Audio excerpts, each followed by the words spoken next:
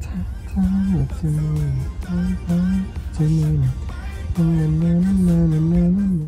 vais peut-être enlever ma veste quand même pour commencer. Aujourd'hui, on tourne une vidéo. Oula, vous me voyez en énorme plan dans la voiture. J'avais 18% et j'avais pas envie de tourner à la maison avec peut-être un son qui était moins bien. Donc voilà, je tourne avec vous dans la voiture. C'est cohérent, on parle de Tesla. Et c'est en plus un sujet aujourd'hui touchy.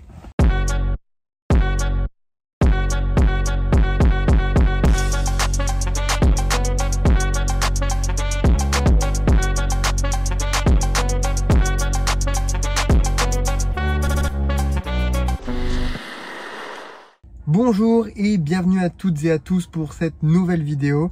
Ça y est, on reprend un petit peu les vidéos Tesla.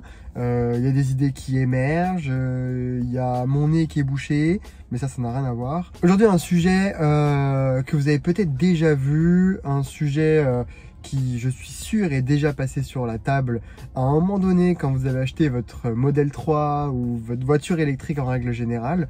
Parce que c'est oui, mais ta voiture elle est pas écologique, les batteries, la conception et ceci et cela, et du coup soit vous êtes pisse et dans ce cas vous dites ok t'as raison et puis vous passez à autre chose, soit un petit peu comme moi vous aimez un petit peu rentrer dedans parfois et aller jusqu'au bout des sujets bien recherchés pour pouvoir apporter la raison en fait directement sur le sujet.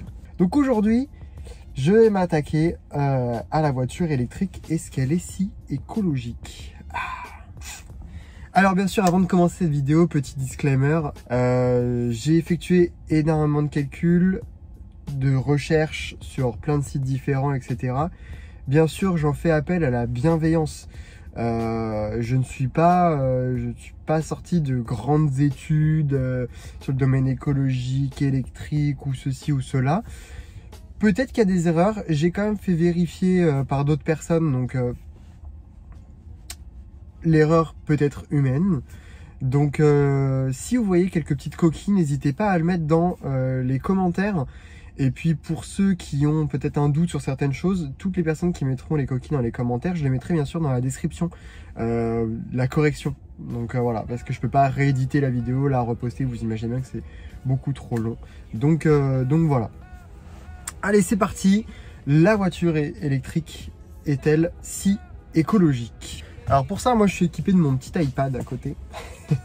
Sur lequel je me suis fait une petite présentation. Normalement, il y a peut-être de petites affiches que vous verrez qui seront expliquées peut-être là-haut. Enfin, vous verrez à ce moment-là de l'autre côté. Voilà. Chapitre 1, le contexte. Faut savoir, tout d'abord, je vais commencer par une partie où on parle beaucoup de la production d'électricité.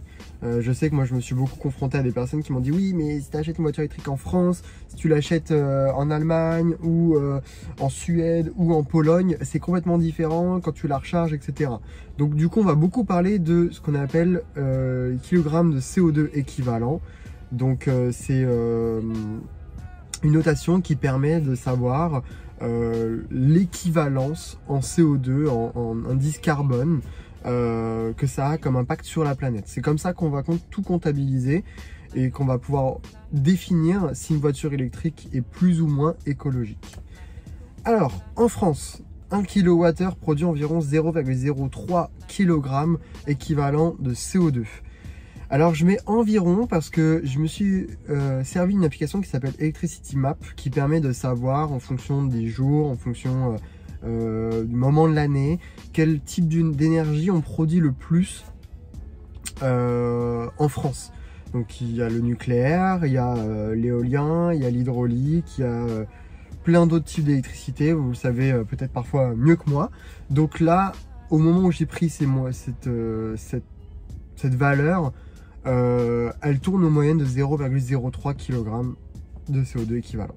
Il faut donc un peu plus de 33 000 kWh pour avoir 1 tonne de CO2 rejetée dans l'air. Équivalent, encore une fois. Donc la moyenne européenne, elle est un peu plus élevée. On est à 0,45 kg CO2 équivalent par kWh. Mais ça, cette valeur-là, elle dépend encore une fois, hein, comme je vous l'ai dit, parce que 1 kWh hydraulique équivaut à 0,04 kg de CO2 équivalent. Mais par contre, le charbon, on est à, pour 1 kWh, on est à 1 kg de CO2 équivalent. Donc, ce qui est plus de 2 fois plus. Alors, moi, je me suis posé la question. Je me suis dit, bon, là, ça parle peut-être pas forcément à tout le monde. On va essayer de donner un contexte avec des choses que vous connaissez de la vie de tous les jours. La consommation d'une ampoule. Donc, je prends une ampoule LED hein, pour que ça soit beaucoup plus facile. Je vais pas prendre une incandescente ou quoi que ce soit. Une ampoule LED, on a à peu près tout ça à la maison. Alors, j'ai fait le calcul. Je me suis dit, si on la fait fonctionner à 10 watts, donc la puissance à peu près de l'ampoule, pendant 16 heures toute l'année, donc 365 jours. Donc ça me fait 10 x 16 x 365, ça me donne 58 kWh. 58 x 0,03, qui est l'équivalence carbone pour 1 kWh, ça me donne 1,7 kg de CO2 équivalent. Donc voilà, ça va, ça vous donne à peu près une idée. Maintenant, passons pour le diesel. Alors là, le diesel, donc 1 litre de diesel pèse 835 grammes. Le diesel est composé de 86,2% de carbone, ce qui correspond à 720 grammes de carbone par litre de diesel. Pour brûler ce 1 litre de diesel contenant 720 grammes de carbone, je rappelle, il me faut 1920 grammes d'oxygène. Donc ce qui me donne en mon calcul 720 grammes de carbone fois 1220 grammes de CO2 est égal 2640 grammes de CO2 par litre de diesel. Pour 5 litres, du coup, donc je vais faire 5 divisé par 100, vous allez voir le calcul de toute façon. 5 fois 2640, donc le résultat précédent, divisé par 100, ça me donne 132 grammes de CO2 par kilomètre. 132 grammes de CO2 par kilomètre. Je sais pas si vous imaginez ce que ça donne à peu près, c'est vrai que c'est un peu difficile à s'imaginer. Alors là, on arrive en automne, hiver, enfin on est en automne, on arrive en hiver, on voit des températures assez basses, on voit un petit peu près ce que ça pourrait donner en voyant les échappements des voitures. 132 grammes de CO2 par kilomètre, bah vous imaginez un nuage que vous compressez, que vous mettez, bah maintenant imaginez ça avec le nombre de voitures diesel qui roulent, ok ? Du coup, je me suis dit, je vais faire le même calcul, mais pour l'essence, que je vous mets encore une fois en haut. Et là, on est à 120 grammes de CO2 équivalent. Alors là, encore une fois, c'est une moyenne. C'est-à-dire qu'il y a des voitures qui consomment moins, des voitures qui consomment plus, en fonction de, du gabarit de la voiture, du temps qu'il fait à l'extérieur, en fonction de plein de choses. En moyenne, ça donne ça. Donc on est beaucoup moins sur de l'essence, mais pas tant que ça, finalement. Alors là, c'est quelque chose d'inédit. Donc je suis en train de charger, hein, je vous le répète. Une voiture thermique qui se gare sur les places électriques, c'est tout à fait normal. Voilà. Passons. Maintenant, je me suis dit, on va passer à l'électrique, la consommation électrique et ce que ça pourrait donner. Donc une Model 3, j'ai pris l'équivalent de ce que je connais. Donc une Model 3 consomme 11,9 kWh par 100 km. Encore une fois, là j'ai pris une consommation que j'avais en période voilà, printemps-été, d'accord. En hiver c'est peut-être différent, mais c'est pas quelque chose qui va vraiment varier de ouf. Donc 11,9 kWh fois 0,03 g de CO2 est égal 0,357 de grammes CO2 par 100 km. Ce qui nous fait 0,00357 grammes de CO2 par kilomètre. Donc, si on fait la comparaison avec l'essence et le diesel, en France, avec l'électricité française, ça fait une grosse différence. Maintenant, pour 10 km, donc je fais le calcul et je fais la comparaison. Donc, une ampoule qui ne roule pas 10 km, mais dans l'idée par an, une ampoule par an, 1,7 kg de CO2 équivalent. Une voiture à essence, 1,2 kg de CO2 équivalent. Et une voiture électrique, 0,0357 kg de CO2 équivalent. Et bien finalement, que vous allumez votre ampoule pendant un an ou que vous roulez 10 km, vous pouvez faire le choix entre les deux. C'est vous qui choisissez. S'allumer ou se déplacer. Alors je me suis quand même posé la question parce qu'on m'a dit, encore une fois, Oui, mais si tu roules en Allemagne, je te rappelle que la plupart des centrales en Allemagne, elles sont faites au charbon, donc c'est pas écologique, etc. Bon, bah ok, je vais faire le calcul pour l'Allemagne. Mais alors, Jamy, comment ça se passe si dans ces cas-là, on roulait à l'électricité produite en Allemagne? Eh ben, j'ai la réponse. Parce qu'en fait, même en Allemagne, si on, donc avec l'électricité qui provient du charbon, on va quand même avoir un taux qui restera très très faible. Avec aujourd'hui, donc on est au mois de novembre, je crois qu'on est le 25 novembre, on va quand même avoir un taux de 0,49 kg de CO2 équivalent par kilomètre. Donc voilà, on est quand même très très faible par rapport à ce que peut proposer la voiture thermique. Chapitre 2, puisage et acheminement de l'essence. Alors pomper l'essence, c'est énorme. C'est énorme. Surtout qu'il y a énormément de choses illogiques dans le pompage de l'essence. Mais bon, on en a quand même besoin. Aujourd'hui, j'aurais peut-être pas des vêtements comme j'aurais aujourd'hui. J'aurais pas certaines choses. On n'aurait tous pas certaines choses si on n'avait pas d'essence, puisqu'on produit beaucoup avec l'essence. En revanche, produire de l'essence pour utiliser une voiture thermique, ça a moins de sens sur plusieurs choses et vous allez tout de suite comprendre pourquoi. Donc extrait à 1800 mètres sous terre par des pompes électriques secondaires, les primaires étant celles qui sont par gisement, de puits de gisement. Voilà, les secondaires, c'est, vous savez, les petites têtes qui font voilà, ça. Une pompe consomme 9960 kWh par mois, soit l'équivalent de 79 000 km pour une Model 3. D'accord? Jusque là, voilà, vous pouvez rouler à peu près 80 000 km juste pour pomper de l'essence en un mois. Une pompe puise 100 mètres cubes par jour. Je suis désolé, je lis mes notes en même temps. 100 mètres cubes par jour. Donc il y a 20 à 25% qui est utilisé pour faire de l'essence de voiture. 20 mètres cubes x 31, donc le nombre de jours, 620 mètres cubes, soit 620 000 litres d'essence. Ok, 100 km x 620 000 litres divisé par 5 est égal à 12,4 millions de kilomètres. Donc fois 120 grammes de CO2, c'est égal à 1 488 millions de kilogrammes de CO2 équivalent. Donc aux États-Unis, il y a 435 puits à peu près qui consomment 4300 gigawatts par mois, soit l'équivalent de 15 millions de véhicules électriques par mois. 15 millions. Ok. Bien sûr, en offshore, pour puiser, il faut un générateur diesel. Donc là, jusque-là, la logique. On utilise du diesel pour puiser de l'essence. Voilà, c'est pas hyper logique. Donc 20 à 30 mètres cubes de diesel par jour. Ce qui nous donne l'équivalence de 300 000 kWh d'électricité en équivalence. Il en existe approximativement 1470, soit 1,3 milliard de kWh dépensés d'énergie sur les stations offshore. Donc les puits plus les stations offshore donnent l'équivalence de 19,5 millions de véhicules électriques par mois, avec un calcul uniquement basé sur les puits aux États-Unis. Ok, 19,5 millions de véhicules électriques par mois. Donc là, j'ai fait que parler de puisage. Je vous épargne les calculs de transport, environ 1 milliard de tonnes de CO2 par an, les pipelines qui consomment aussi de l'électricité, les transports de navires utilisant du pétrole lourd accompagnés de convois aux abords des pays pour protéger, puis des camions qui acheminent le pétrole alimenté en diesel pour finalement n'avoir que 30% utilisé pour alimenter le moteur.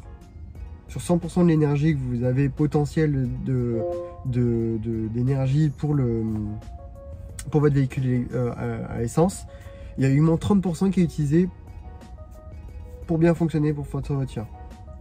Voilà. Maintenant, on va passer au chapitre 3. La provenance de l'électricité en France. Donc, approximativement, il y a 65% d'énergie nucléaire, 15% hydraulique, 12% solaire et 8% éolien. Bien sûr, ce sont des chiffres qui varient en fonction des mois de l'année, hein, forcément. Que le solaire sera peut-être moins présent en hiver. Nous sommes l'un des pays les plus verts d'Europe. Alors, ça reste encore à débattre, parce que je vois les petits détracteurs à regarder cette vidéo et à trouver le moindre petit truc. Bien évidemment qu'il y en a qui vont être contre le nucléaire, etc. etc. Voilà. Dans l'idée, en règle générale, on est l'un des pays les plus verts. Qu'on le veuille ou non, c'est comptabilisé comme ça. Moi, je fais que répéter ce qui est dit. Je suis pas là pour débattre sur est-ce que le nucléaire est vert ou pas. Donc chaque année, nous produisons quand même 200 tonnes de déchets nucléaires, 4 à 5 voitures en termes de poids, qui sont enterrées à 500 mètres sous terre. Donc le projet CIGEO, pour ceux qui veulent se renseigner. Cependant, la vapeur d'eau évacuée par les cheminées n'est que de 0,038% de CO2. Et si faible qu'en fait on ne le calcule plus, donc pour finalement en termes de pollution, c'est très très faible. L'électricité d'origine nucléaire permet ainsi d'éviter de nombreuses émissions de gaz à effet de serre. Ainsi, l'International Energy Agency, ça a été pour mon accent, la production électronucléaire permettrait d'éviter d'environ 1,6 milliard de tonnes de CO2 par an, soit 6% des émissions mondiales des secteurs énergétiques. Maintenant, on va passer au chapitre suivant qui est la production de voitures électriques. Alors là, je le vois les gens tout de suite dire oui, ok, bon, maintenant tu nous as mis ça comme contexte, tu nous as dit un petit peu l'ampoule qui roule 10 km, etc. Mais bon, maintenant ta voiture électrique, bon, ça consomme quand même en fait. On va pas nous dire que les batteries et ce qu'il y a à l'intérieur, c'est peanut quoi. Bon, alors, on va passer par plusieurs choses. Déjà, on va passer par l'usure du véhicule et on va passer par la production. Donc, il y aura plusieurs choses. La production d'un véhicule électrique, bien sûr, produit beaucoup plus de CO2, principalement à cause des matériaux que vous connaissez très bien, ceux de la batterie. Donc ça, on peut pas le nier, ok ? Cependant, il ne faut pas oublier une chose, c'est qu'un véhicule thermique a une durée de vie d'à peu près 300 000 km. Okay. Je vais parler des matériaux. Les matériaux cités, bien sûr, ne sont pas rares. On les appelle métaux rares, mais pour d'autres raisons, mais c'est pas parce qu'ils sont... Mais ils sont pas rares, en fait. Ils sont en quantité limitée, comme toute matière sur Terre, mais elles sont bien plus abondantes que ce que l'on pense, et bien plus abondantes que d'autres terres, comme le cuivre ou le zinc. Aujourd'hui, pour produire une batterie, il nous faut du lithium. Lithium, on l'utilise pour tout.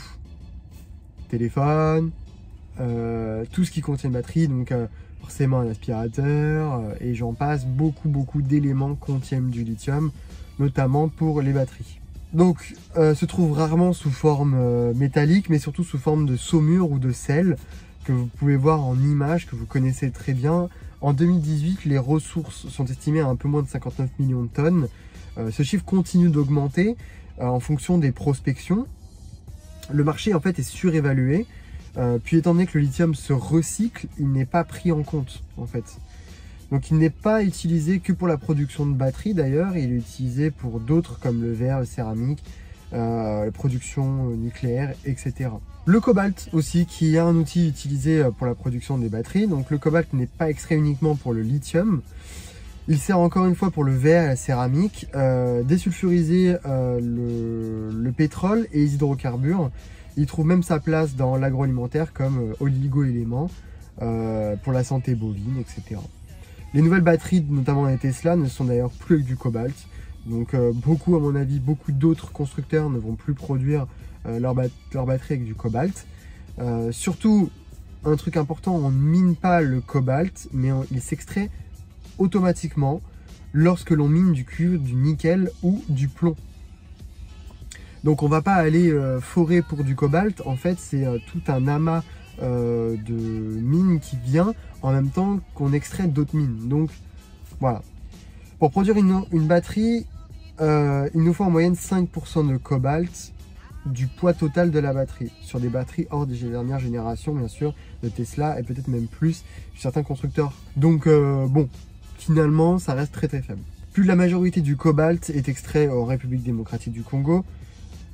Bien évidemment que l'on connaît les risques que ça a, nous Européens, nous grands pays, etc. qui consommons. Le problème d'extraction de tout ça, enfin le problème pour créer une voiture électrique, est le même que pour créer tout objet en règle générale, c'est qu'il faut des matières premières qui sont dans des pays dont l'Europe et d'autres pays exploitent énormément à une main d'œuvre très faible et ne respectent pas forcément les conditions de vie de ces pays-là. Donc c'est plutôt ça le problème.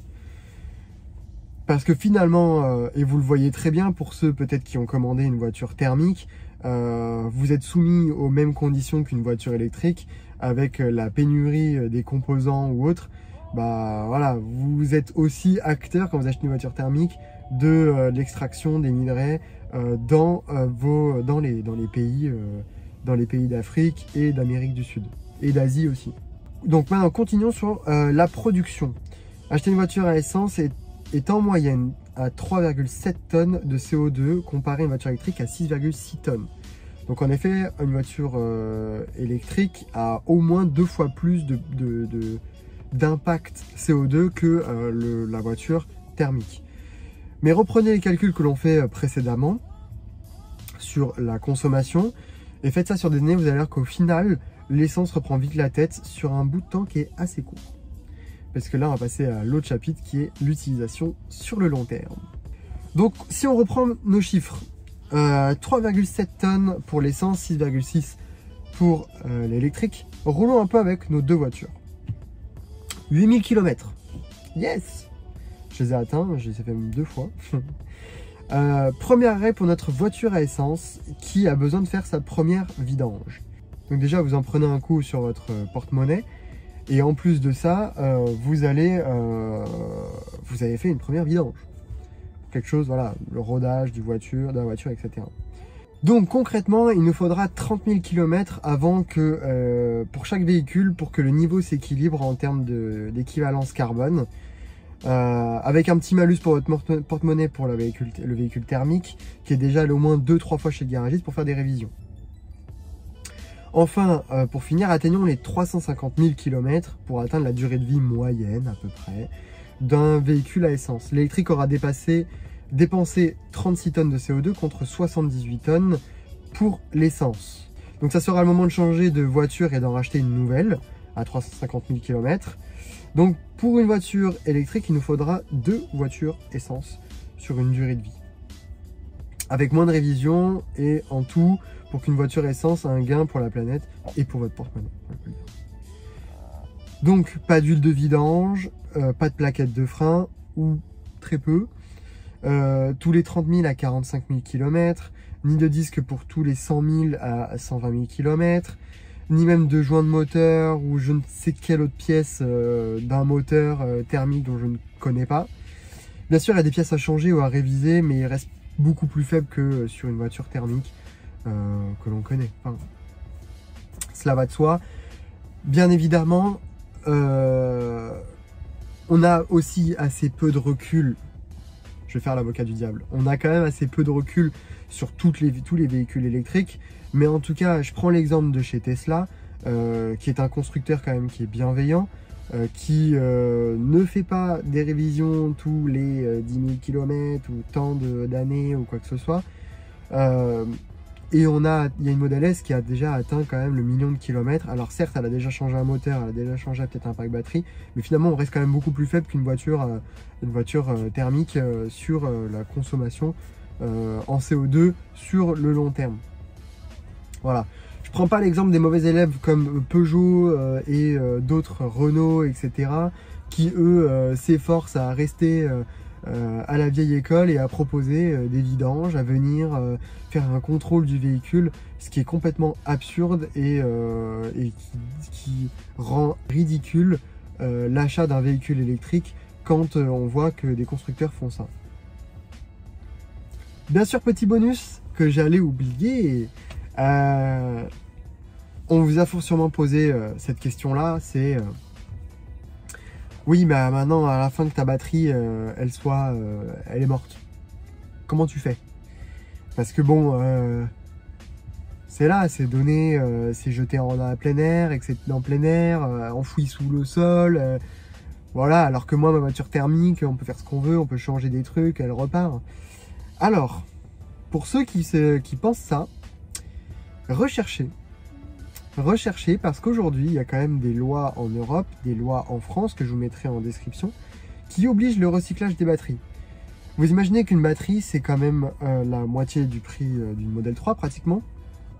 Et c'est la pièce pratiquement la plus lourde sur un véhicule électrique.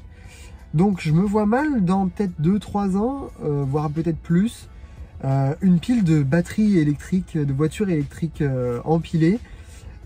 Et je ne pense pas que ça soit possible. D'ailleurs, ça ne l'est pas puisque chaque constructeur doit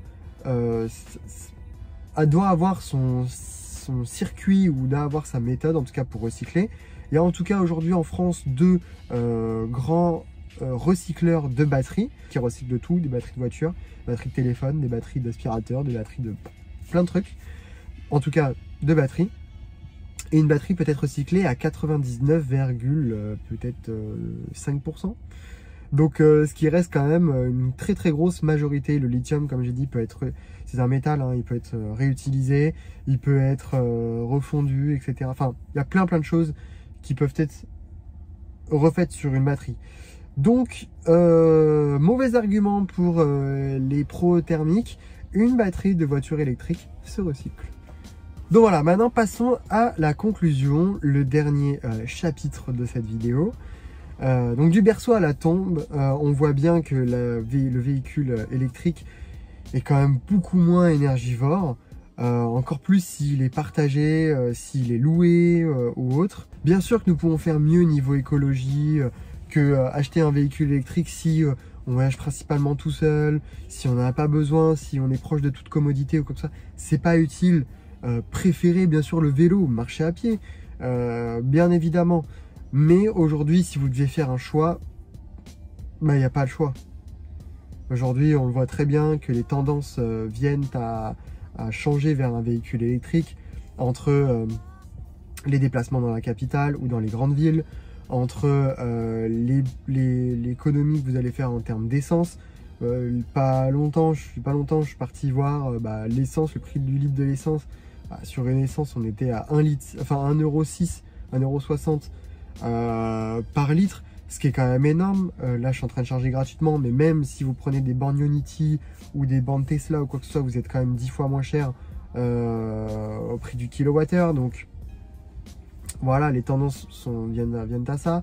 Le bonus écologique qui baisse, mais quand même très très faible, tous les 6 mois. Donc là, il y a plus trop à réfléchir et on sait très bien. Alors bien sûr que peut-être dans 20 ans, on nous dira revendez vos véhicules électriques parce que c'est pas écologique, on a trouvé une nouvelle technologie, des nouvelles batteries, etc. Et j'en suis sûr et j'en suis convaincu qu'il y a énormément de recherches qui se font, que les batteries qu'on a aujourd'hui sont pas écologiques, beaucoup moins écologiques que dans 20 ans. Mais comme toute technologie, ça tend à évoluer et à devenir avec une meilleure inertie, beaucoup plus écologique, beaucoup plus économique, etc. Mais voilà, en termes d'aujourd'hui, le 25 novembre 2021, la voiture électrique, il n'y a pas à chipoter, elle est beaucoup plus écologique. Et donc voilà, on arrive déjà à la fin de cette vidéo. Merci beaucoup d'avoir suivi cette vidéo. J'espère qu'elle a été compréhensible. Elle a été pour moi très très dure et très challengeante quand même à produire parce que c'est un sujet qui est extrêmement difficile à traiter pour plusieurs raisons, hein. C'est que les informations sont pas forcément faciles à trouver partout et les bonnes informations très dur parce que c'est un sujet qu'il faut bien maîtriser. J'espère l'avoir maîtrisé comme il se doit avec vous sur cette vidéo. En tout cas, je vais faire de mon mieux. Et puis à expliquer, à dégrossir avec tout le monde. Voilà. Pourquoi elle n'a pas été facile. Et puis que ça fait un petit moment aussi que je l'ai dans les papiers, mais j'avais peur en fait de faire une grosse erreur en la filmant. Donc voilà, veuillez m'excuser en tout cas si la vidéo n'a peut-être pas été à la hauteur de vos attentes. J'ai fait de mon mieux. Voilà. Merci beaucoup en tout cas d'avoir regardé cette vidéo. Je tiens quand même à remercier toutes les vidéos que j'ai regardées et je pense notamment un grand merci à The Choucroute Garage qui a fait une vidéo sur justement la production des batteries qui m'a été extrêmement utile. À Automobile Propre aussi, donc j'ai un peu regroupé plusieurs vidéos aussi et plusieurs articles que j'ai pu lire. Donc voilà, ils ont fait un très très bon boulot, n'hésitez pas à aller le voir, c'est extraordinaire ce qu'ils ont fait. Donc bien sûr les liens sont en description. Et puis n'hésitez pas à liker cette vidéo si elle vous a plu, à vous abonner à cette chaîne pour d'autres vidéos, et puis à rejoindre le Discord, voilà, on en discute, on en discutera après cette vidéo, ça sera avec plaisir. Ouf, ça y est, c'est fini. Allez, moi je m'en vais, je vais aller me prendre un petit chocolat chaud devant un film de Noël, et ciao.